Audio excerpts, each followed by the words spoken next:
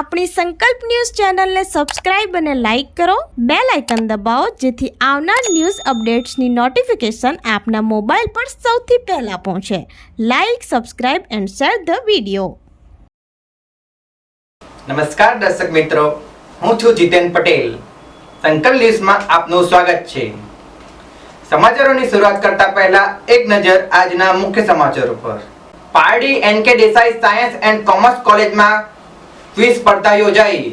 Pardi education society સંચાલિત Nirmalaben Kishorbhai Desai science and commerce કોલેજમાં વિદ્યાર્થીઓના સર્વાંગી વિકાસ માટે વિવિધ હરીફોનું આયોજન કરવામાં આવ્યું છે, જેમાં પ્રથમ દિવસે ક્વિઝ સ્પર્ધા ઉપજી હતી, જેમાં કોલેજના 150થી વધુ વિદ્યાર્થીઓએ ભાગ લીધો હતો.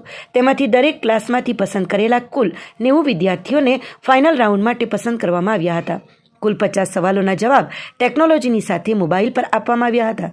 વિદ્યાર્થીઓએ ખૂબ જ ઉત્સાહ સાથે આ ક્વિઝને રમ્યા હતા અને અંતે વિજેતા તરીકે FY BComના વિદ્યાર્થીઓ આયુષ પ્રજાપતિ, અર્પણ પટેલ અને ફેનિલ કોસંબીની ટીમ રહી હતી. બીજા ક્રમે નિકુંજ, મયંક અને ખુશીની ટીમ રહી હતી. ત્રીજા ક્રમે TYBSCના હર્ષ, સંકેત અને તન્વી રહ્યા હતા. વિજેતાઓને સન્માનિત કરવામાં આવ્યા હતા. આ સમગ્ર કાર્યક્રમનું આયોજન કોલેજના પ્રાધ્યાપક નીરવ સુરતી દ્વારા કરવામાં આવ્યું હતું. ક્વિઝ માસ્ટર તરીકે ડોક્ટર દીપેશ શાહ દ્વારા સમગ્ર ક્વિઝ રમાડવામાં આવી હતી. સફળ આયોજન બદલ સોસાયટીના પ્રમુખ હેમંતભાઈ દેસાઈ દ્વારા સૌને અભિનંદન પાઠવવામાં આવ્યા હતા.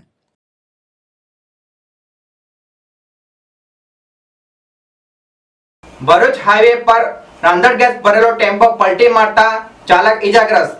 સદનસીબે કોઈ જાનહાનિ થઈ નહીં.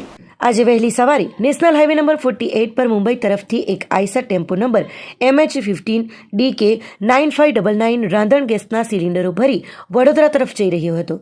તે વેળા અસુરિયા પાટિયા પાસે પલટી જતા રસ્તા ઉપર ગેસના સિલિન્ડરો પડતા અને ટેમ્પો રસ્તા વચ્ચે પડતા ટ્રાફિક જામ થઈ ગયો હતો. આ અકસ્માતમાં ટેમ્પો ચાલક ઇજાગ્રસ્ત થતાં તેને સારવાર અર્થે હોસ્પિટલ ખસેડાયો હતો.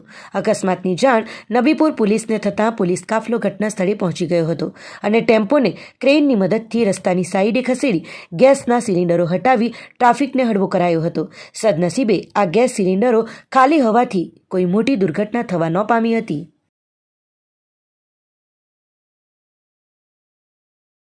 પરિયા સાંઈ મેઘપણ સ્પોર્ટ ગ્રાઉન્ડ ખાતે મહિયાવંશી સેવા ટ્રસ્ટ દ્વારા ક્રિકેટ ટુર્નામેન્ટમાં નાણામંત્રી વિશેષ ઉપસ્થિત રહ્યા.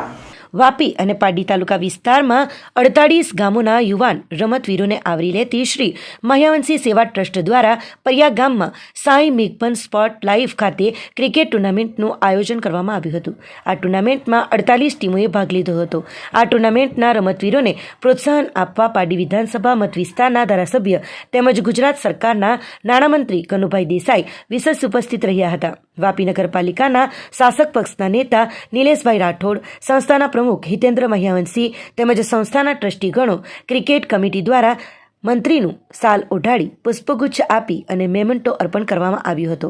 આ પ્રસંગે મંત્રીએ પોતાના વક્તવ્યમાં સમાજના આગેવાનોને સમાજની એકતા માટે આયોજન થયેલી ક્રિકેટ ટુર્નામેન્ટને અને રમતવીરો સમાજના આગેવાનોને શુભેચ્છાઓ પાઠવી હતી અને દર વર્ષે આ પ્રકારે આયોજન કરે અને એ માટે દર વર્ષે મેદાન મંત્રી તરફથી ફાળવવા જાહેરાત કરી હતી. આ પ્રસંગે મંત્રીશ્રીએ ક્રિકેટની 1 ઓવર રમી ક્રિકેટનો આનંદ માણ્યો હતો, જે રમતવીરોમાં ખૂબ જ ઉત્સાહવર્ધક પ્રેરણા સ્ત્રોત બની રહ્યો હતો.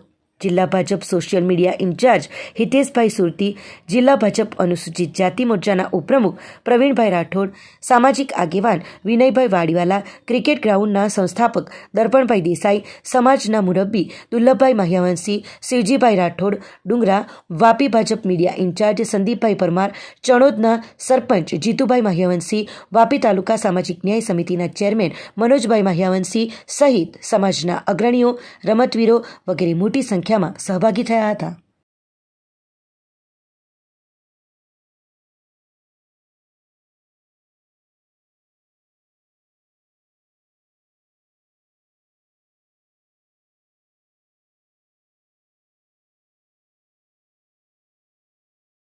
તો આજના સમાચાર. નવા સમાચાર સાથે કાલે ફરી મળીશું. નમસ્કાર. આપણી સંકલ્પ ન્યૂઝ ચેનલને સબસ્ક્રાઇબ અને લાઇક કરો, બેલ આઇકન દબાવો જેથી આવનાર ન્યૂઝ અપડેટ્સની નોટિફિકેશન આપના મોબાઈલ પર સૌથી પહેલા પહોંચે. Like, subscribe and share the video.